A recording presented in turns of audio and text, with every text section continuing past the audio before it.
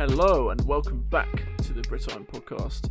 Today is episode 27 in our season preview series. And today is the number 6th ranked team, the Seattle Seahawks, who we have got pitted out at a very respectable 11-5. And of course today I'm joined by Matt and Sam. Now, this team, this quarterback, Russell Wilson. Sam, I know you're incredibly high on this guy. In fact, in our pre-podcast notes, all it says is Russell Wilson is an MVP contender. Don't at me. Maybe you should clarify what you mean by this, because just don't at me, basically. We need some points here, I think. He is the most criminally underrated player in history. You know, he's never received an NFL vote, NFL MVP vote. Yeah, that is mad. That is unjust. Yeah. Like his career stats are ridiculous. Like they are silly, and I just don't understand it. I think the problem is he's almost the model of consistency, but to the point that there's always someone that has a year that comes out of nowhere and kind of gets the hype behind him. It's like he's always that guy that you're like, he's either top 2 or 3 quarterback, but he's not the guy that comes out and does like the Lamar Jackson or Patrick Mahomes in recent years, where they just take the league by storm. It's Russell Wilson's incredible again. Oh, but this guy, 1 year guy, isn't there? Yeah, there's that guy that takes the next step. So I'm on your side. I think you saying that he hasn't done anything incredible is actually a bit harsh. It was 2 or 3 years ago. He had a year where he scored either by throwing or him running the ball into the end zone all but one of their touchdowns on the season. Like, that just means MVP stands for most valuable player. You take him out of that team, they score 6 points, well, 7 plus the conversion, all season. Like, I mean, there would have, if you take him out, there would have been someone. Yeah, but no, but my point is, he just consistently is incredible. And right, so do you remember what I was saying? I picked the wrong word apparently, but I mean he is consistently one of the best quarterbacks in the league. He's very good. There's just someone that comes out of nowhere. His career statistics are ridiculous when you consider. So his first couple of years, he came in and he had some brilliant teams, some brilliant defenses, and 11-5, 13-3, 12-4, won a Super Bowl, went to 2 consecutive Super Bowls, and that's as straight away as a rookie. And he was, a 3rd round pick. So he was that's already doing well for yourself. And then the Legion of Boom goes away. They lose some of that pressure on the offensive line. They lose their running back who, that when he came in, they lose the guy that the team, offensively anyway, was built around. So there start to be questions of, right, once you've lost that kind of marquee running back and you've lost the entire identity of your team, can he still be productive? And not only was he still productive, he was very productive with little around him. And when they lost the identity of this team, he became the identity of this team. I mean, this is Russell Wilson's team. What he does, he consistently shows ridiculous playmaking ability, Aaron Rodgers-esque outside of the pocket. He's very comfortable inside the pocket. He is, in my opinion, the best quarterback in the league at rushing and avoiding hits. He does not take hits. He will get downfield and he will get those yards and he will fight for that extra yard, but he has this sixth sense to get down and avoid the hit, so he's incredibly durable. Every single year he's been in the league, he's played 16 games. He's never had a season worse than 9-7.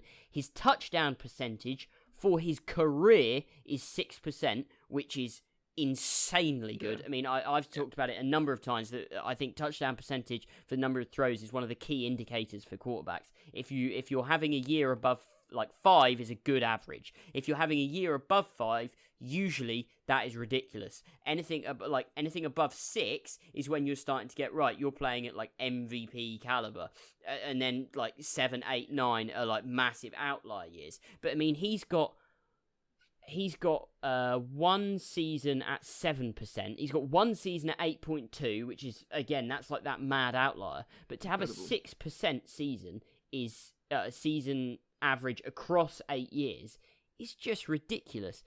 Throw on top of that he's only got a 1.8% interception ratio. There is very little flaws in his game.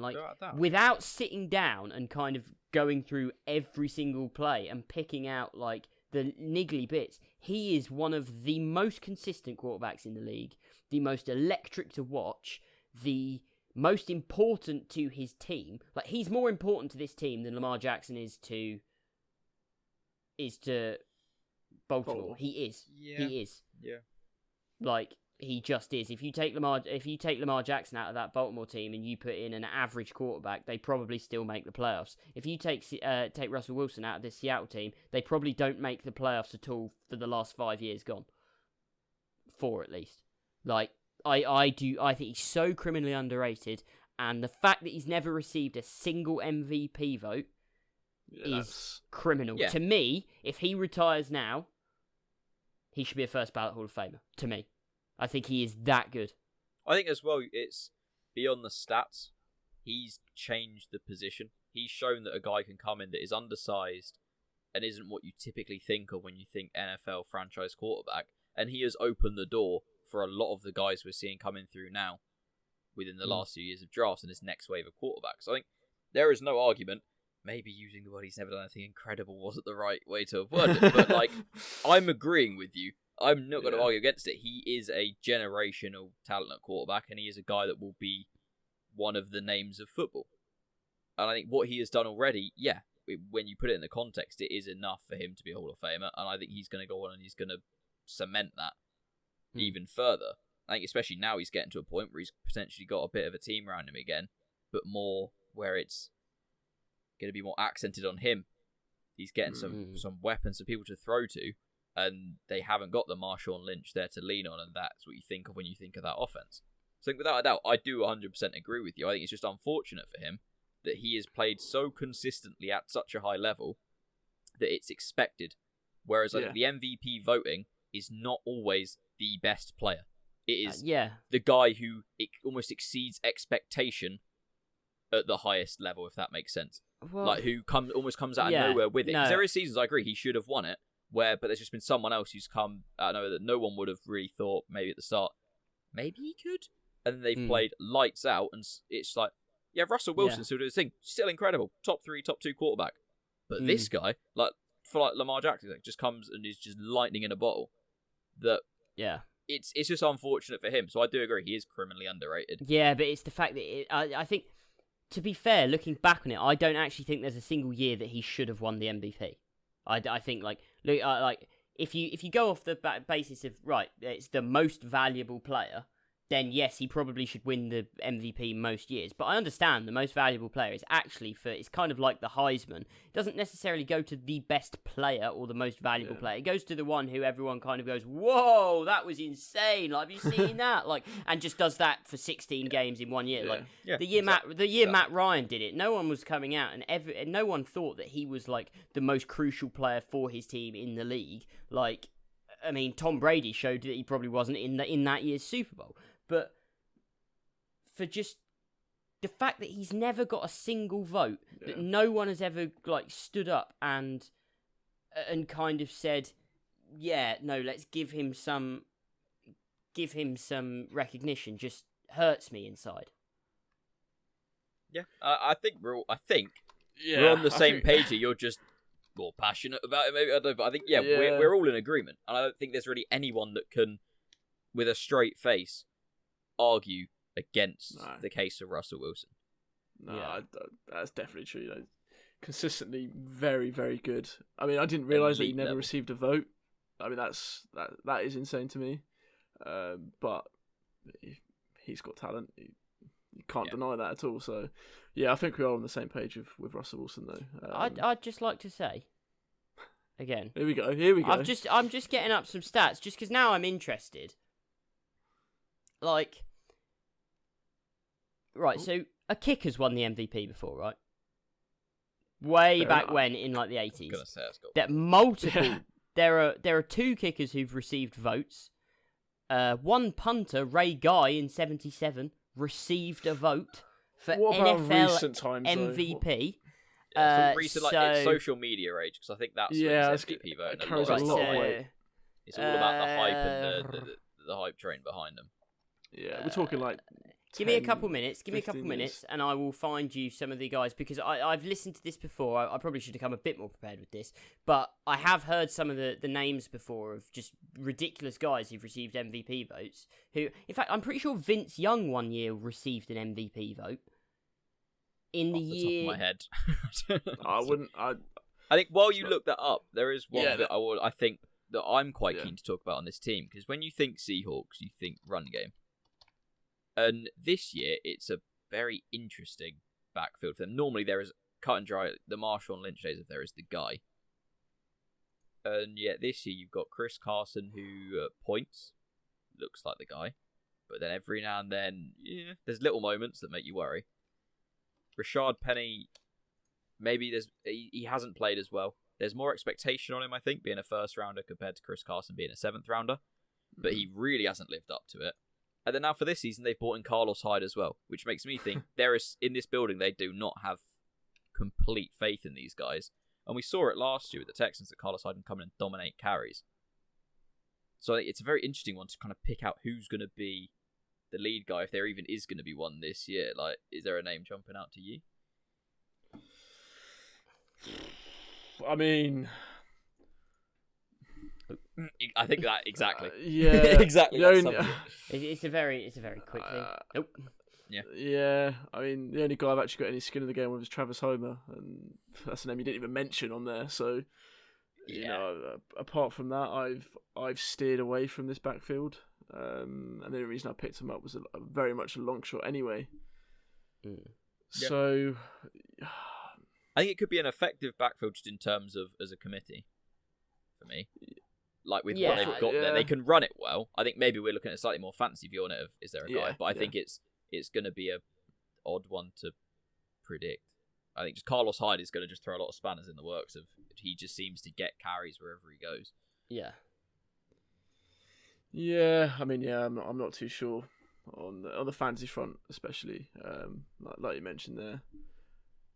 But on the receiver front, however, this one gets me a bit more excited. Definitely. Oh yeah, Because DK Metcalf is. I jump in the gun a little bit there, Sam. I was coming on to Sorry, I couldn't help myself. Too much. Curb your enthusiasm. I- That's what I'd say. It's not even DK Metcalf. I just love Russell Wilson. Like anyone who plays with Russell Wilson's going to be amazing. Jesus. But this wide receiver room, I think, is one of the best in the league. Definitely top 5, I'd say. Ty Lockett is clearly a talent. DK Metcalf making the step up, which I'm loving to see. And then you've got a few other names on there as well, which have got it. Philip Dorsett, Penny Hart, David Moore, all listed on this roster. Big fan of this room altogether, if I'm honest with you. Yeah. What is your guys' takes on it as a whole as well? From what it feels like, it's the same. Yeah, I really like DK Metcalf coming into this year just because I think he's just an animal of a human being. And when he came into the league, everyone was kind of worried that he was one of these guys who was just an athletic freak, and that he just like trained like mad for the draft, and he got himself in amazing shape to nail the draft, to nail all the things, and that he was. I mean, he effectively became a meme, didn't he? Like, he was just like these pictures of him being absolutely massive. And there were a lot of worries that he wasn't actually going to be that good of a receiver, which is, I think, why you saw him drop. There were a lot of questions about how smooth his route running was, how good his release is, because he's a bit bigger. So there were these questions around him. So I think that reflected in the way that he dropped in the draft. I mean, after the combine, everyone was like, whoa, he could be the first guy off the board. And then once everyone started sitting back and there were noises that scouts didn't like him as a football player, but they liked him more as an athlete, I think there were a lot of issues over, right, what's he going to do when he comes into the league? Is he just going to be like big, stretch the field, chuck up chuck up for deep balls and for contested catches and use his size and massive body. And yes, they did that, and he is very good at that, that has a place in the NFL. But when you actually go back and watch his film, there's a lot of things he does that are much more football orientated. He's a lot smoother at running his routes than a lot of people think. He's quite good at like reading coverages and making the right decisions. He's not as bad with his hands as everyone thinks. Like he got a bit of a reputation for he's dropping some balls here. But actually, if you go back, a couple of those balls were slightly overthrown, or they weren't quite on the money, or there was something throwing him off. Yes, he dropped some passes, but that's the kind of thing that the longer he's in the system, the more acclimatized he gets to the league, that is going to open him up. And I think he's in the position to become the number one for this team. And I think with him stepping in and becoming the number one, I think that actually opens up Tyler Lockett to kind of return to what Tyler Lockett does best. So I think you've actually got a situation where you could have two very, very relevant receivers for yards, touchdowns, and fantasy in general, I think. I'm a massive fan of Tyler Lockett. I think in fantasy football, especially, I think the last sort of 3 years, maybe 4, like, he's been a guy that I've loved having. I think since that sort of, the first one I properly got into about 4 years ago, I took him. And all the way through to now in our dynasty, I've got him. I think it's a massive spot for me that he seems to just be Russell Wilson's guy. Like, he just seemed like if Wilson needs to find someone, he can. And no, Russell Wilson can make the ridiculous throw, and Lockett seems to be able to get there and make the catch. Like, there's just like those two just seem to be on the same wavelength. I think you did see a little bit as DK Metcalf, it may be more of a fantasy take on it again, as DK Metcalf improved last year, Lockett's sort of production went down a little bit. So I think on that side, expecting to see a bit of regression, but then when they can properly work on it and now expect and know what they've got in DK Metcalf, scheme around that, they can, as you said, re-scheme Lockett at what he is good at. And I think he's going to be, as always, brilliant for this team. I think as a 1-2 combination, this is a very good combination. And I think we've touched, it'll be interesting to see how, like, sort of Dorsett as well rolls into that. We saw David Moore there last year, how he fits as well. There's one name that is actually something I read today that I'm quite intrigued in, and that's Josh Gordon. He would need to be reinstated first. We've just got to wait and see how that goes. But there is rumors that if he is, the Seahawks would be interested again. And I think then if you go back to having that as your 3 again, that's a matchup nightmare. It's having incredible. Gordon on one side and Metcalf on the other, because you've got two massively, like, just big-bodied, athletic, good receivers. There's not enough men on the field to cover him. And if you do put enough men on the field to cover them, then that stable of running backs will just have its way with you. Yeah. And you're not even mentioning the tight end room. Yeah. That when you're going to have, as what we said, Lockett, we have all those wide receivers out there. Greg Olsen coming in, I don't know if he's going to be a massive hit, but he's just going to be, a great guy to have in that tight end room. Yeah. And if he stays healthy, we've seen he can play at a very good level, and he can be a guy, especially for a quarterback like Russell Wilson. Will Disley, if he stays healthy, had a very good stretch last year. He was my starting tight end for a bit before he got hurt. I think if he can come back and play at that level and link up with Russell Wilson again, it's another just nightmare for a defensive coordinator. Jacob Hollister looked good when he got a chance. So you've got across this board, like the board of this team, it's just loaded with good players. So not all of them are star players. They're just good, and they're going to fill a role, which is going to be really fun to watch. And I think, if Josh Gordon is reinstated, I think it'd be a great move for them to pick him up, because it just suddenly then, I think that is what puts them as, when you look down the list of an offense, I think the way you'll see it play, because not too much will change from last year, just a couple of additions. Could be brilliant again. Could be very nice. And we haven't really touched on the defense as well too much on this episode. And maybe this is a good time to transition to the fantasy side of things. I mean, you mentioned the Legion of Boom, and then falling away. I wouldn't put any stock in this defense. That was my next question. I just wouldn't like. I don't. I mean, but do not bet against it being a solid defense. But it's been a couple of years now since Seattle was the Legion of Boom. It's been a couple of years since they were that kind of force, and quietly over the last few years they've actually put out some pretty bad defenses. Like Russell Wilson has acted as for a number of years as kind of a band-aid over a lot of issues they've had there. Like, in my opinion, if Russell Wilson's not there and they've just got an average quarterback, that coaching and front office staff probably aren't there anymore, because they've not done a great job at drafting and bringing in free agents in the right places.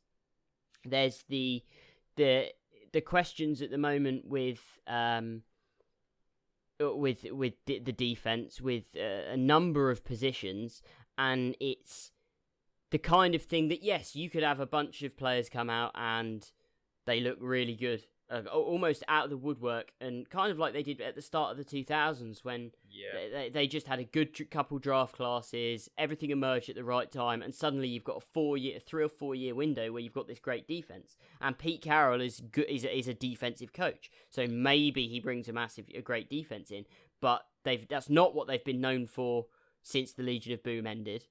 And that's not where a fantasy value, I think, really on this team. So I wouldn't be looking for the Seahawks unless they're a waiver wire pickup, or you just want to stream them because they've got a good matchup. 100%. I think one big name is Jadeveon Clowney. Not sure that's going to be a big loss. That's a big sort of role to fill for them. I think he's helped to cover up a few flaws in the defense at points, just for him making plays, doing what he does, being a nightmare to deal with. So I think that's another just part of that defense that needs someone to step up. So I think if you need to, you're streaming it. I wouldn't be shocked if there's a couple weeks where this defense puts up respectable fantasy numbers, but not enough for me to draft them, to look at as my consistent option, I think. Yeah. Okay, so maybe a position that we are drafting, and Sam is definitely drafting Russell Wilson. Oh, mate, you know I'm not drafting Russell Wilson. Sam won't, not that early. I don't. Right. This is the question. If I'm drafting early enough that if I don't know, say I go running back, wide receiver, and then tight end, and I've locked up my starting spots, and Russell Wilson's there in the fifth. If you say him in, I would it's always the fifth. It's always the. If he's there in the fifth, I'm not taking a quarterback before the fifth. I just refuse to do it. Unless it's dynasty starter. It's just dynasty. Cover my back. Did it once. Yeah. But that being said, first round. Yeah. Russell Wilson is probably, if I had to take one of those guys, he's probably the guy that I'd be most comfortable taking. Just because he's so consistently on the field. I think for me it's that question, but obviously we've already spoken about him. You know the top two quarterbacks that are going off the board. Yeah. Russell Wilson's the third. He's going to be going early, and it pretty much comes down to you. You're then looking at almost in that it probably is the fifth for the two names, so him and Kyler Murray, and you're almost looking at very similar sort of fantasy options in terms of where they play. Like that was the comp for Kyler Murray was Russell Wilson. Yeah. You're just kind of thinking, are you taking the consistency of Russ, or are you taking an upside on Kyler Murray potentially coming out, and him and Cliff Kingsbury just setting the league on fire this year in his sophomore year? And I think they're going very similar, and it's just, I think for me it's do you want the consistent, know what you're getting in Russell Wilson, but know that at times they might lean more on the run game, because that's just the Seahawks that could limit him. It hasn't in the past, but it does a little bit. Or do you want Kyler Murray, who we know that Arizona want to play a fast, electric offense and have it up? So it's a really difficult decision, and it's how you want to play fantasy football, I think. Do you want the boom or decent guy, or do you want just the consistently kind of in the middle of that, who you know normally Russell Wilson is not going to lose you a week? Yeah. But I think he's going exactly where he should be. If you want to take a quarterback around that range, like an early quarterback, but you don't want to go in the second or third round on Mahomes or Jackson, this is then the guy that you're having a conversation about, and he will do you a job. It's not a risk to it. It's just, does your draft fit around drafting a quarterback early? I would like it to be said that I actually don't think Kyler Murray is that. Like you make it, the way you kind of phrase that sounds like, oh, if Kyler Murray does have this boom year, then it will be a boom, and it's that much more of a boom than what Russell Wilson would do. And I actually think that I think, especially from the averages that we've seen in the last 3 years, Russell Wilson's gone over 30 passing touchdowns every year. Oh yeah, he's going to be as at well a high as level. his rushing, Like, he's doing that. He's doing that like really high level consistently. Whereas I kind of see a boom year for Kyler Murray kind of probably looks like a 30 touchdown passing season, like a similar season to what we've seen from Russell Wilson from the last 3 years. Yeah. So I think I would be taking him above Kyler just because I think his kind of what Russell is averaging at the moment is probably what most people would consider, short of a insane MVP season, what most people would consider to be Kyler's kind of big boom season. That's it. It's a personal preference one between them. I mean, it doesn't matter. We all know who I'm taking anyway, so... Moving on. It's obvious by this point. But another question. Which wide receiver from that room finishes with the most points this year I think DK. in fantasy football? Depending on scoring. I think it'll be DK. I think this year, potentially PPR, I think Lockett takes it. But I think in standard and probably even half, I could see it being DK Metcalf if he continues to improve at the rate we've seen. If he starts at the level of the end of last season and keeps getting a bit better, I think he will. And I think he'll actually be the more consistent scorer. Because there was points at the end of last season, once he started to emerge, where Lockett would either put up mid-teens to 20, or he would put up less than 10. And as an owner of him, that was a bit worrying. But I think, for me, I think DK Metcalf will be the more effective option out of the two in terms of just raw points being put up, unless it's talking about PPR. I think it will depend very heavily on the running backs and how effective the running back room is at kind of scraping yardage.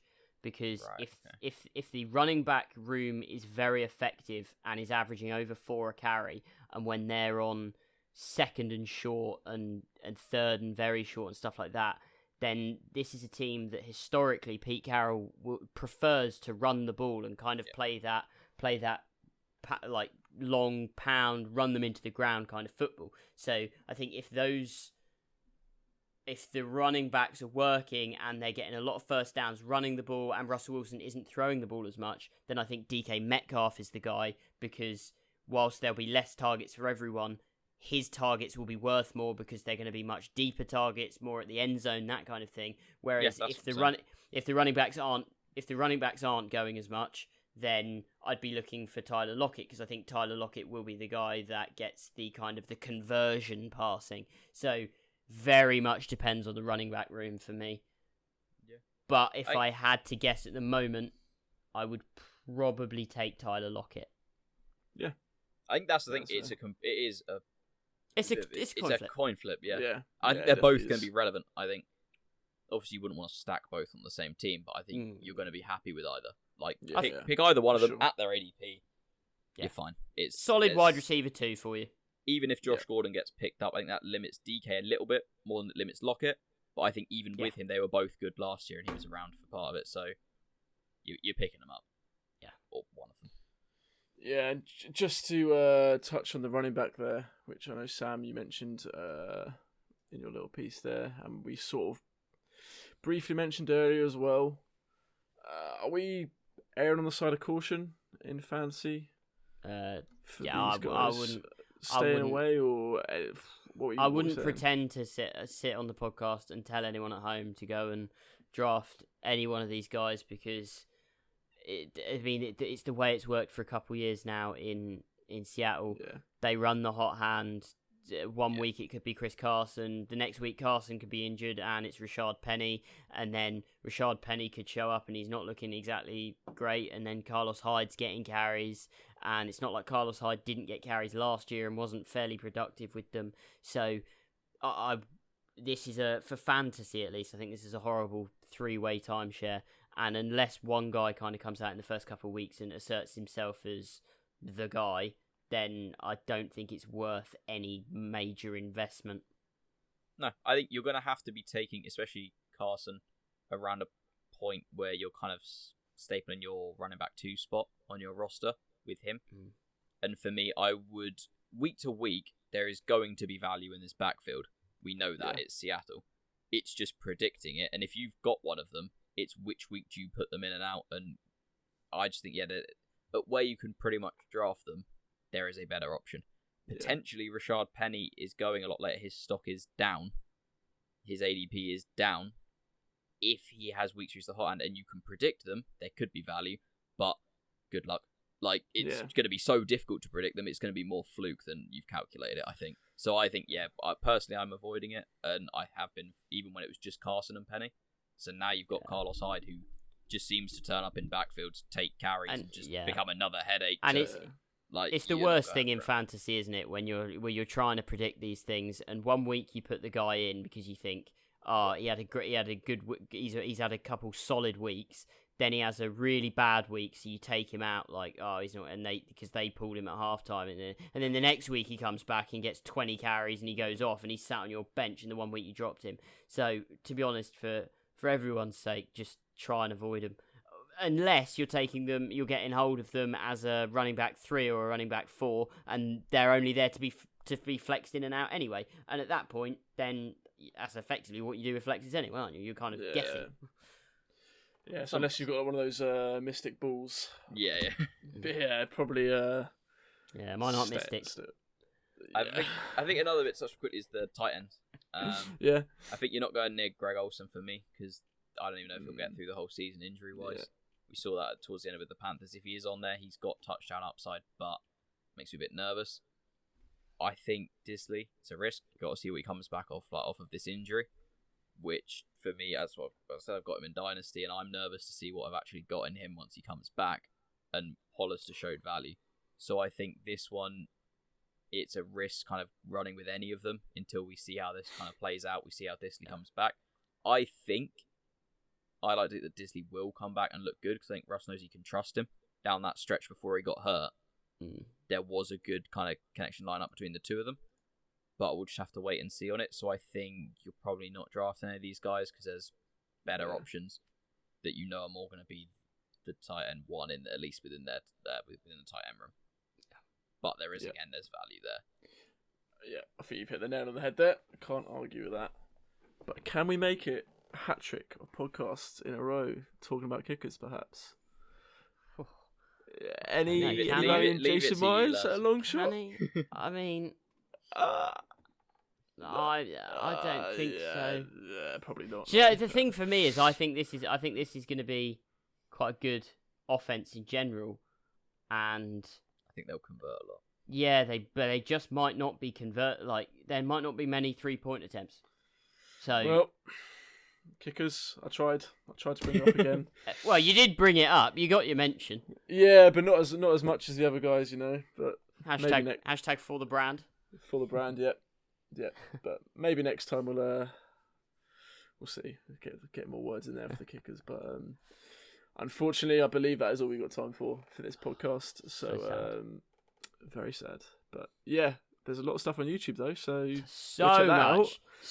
You've got a whole back catalogue now. It's amazing. Literally, yeah. So much going down on there. So go like, comment, subscribe, and all that content we've got on that platform. We've also got an Instagram and a Twitter, as you can see here and here. At the Brit Iron. Sam is still not laying in whereabouts it is on his screen, but we'll get there. I just start moving him about. To be honest, I'm constantly walking around life just trying to figure out where they are. Because these guys are pointing, I'm like, wait, have they got them beside their... Is it supposed to be on my screen? Like, what? It takes I'm real so skill. Confused. It's real skill to get that right. I mean, it's amazing. We record these things and then it gets put up on YouTube a couple of days later and there's all these graphics over the top. Magically appeared. And it's all just magically appeared. It's amazing. I'd really love to know how that happens. I reckon it's the Pixies that do it. I haven't sent you the invoice for it yet. Wow, okay. Wow. But what I was going to say is we're at the Brit Iron. Yeah. Go Maybe check we'll us out. set up like a GoFundMe or something like that. Pay Matt's bills. Little Patreon or something like that, you know. So it's not a bad decision, but maybe down the line we'll see. So if you want to donate, Matt's credit card details are. I just flashed it up on the screen. That's not a bad shout. But yeah, we've also set up a listening league as well. We've got a couple of posts up on the social medias just mentioned to explain how you can be in the chance of being in the draw. Yeah, we might even be drawing. When's the It'll be less than a last week. day of the month? Yeah. Yeah, so Says- this goes out on Sunday. So I don't know how many days that is, 5 days or so. It's the 31st we're looking to draw basically of July. So register your interest before then. It's going to be a fun Get time doing involved. that draw. It's going to be a fun buzzing, time. I'm looking to see what kind of noobs we're going to pose. Yeah, a lot of arguments. Definitely looking Yeah, forward. a lot of Well, I think, arguments. yeah, so we'll have the draft on the 31st, and then once we've got that, we'll set up everyone in the league. We'll be getting the draft done after we've done that draw, and then yeah, we'll have an episode coming out on that where you can see us have some interesting and I'm sure heated debates over how we're drafting. There's a few names that I know are gonna cause a lot of contention between us, but you have to find out who those names are because there is certainly. It's weird. It's the later rounds as well where I think it's going to really get interesting. So That's not good, is it? looking forward to that one. We'll have to wait and see, and that feels like a good time to use that phrase because Got it, yeah. you will have to wait and see on this one. But for this episode, that is all we've got time for. So thank you for listening, and we'll see you next time. See ya.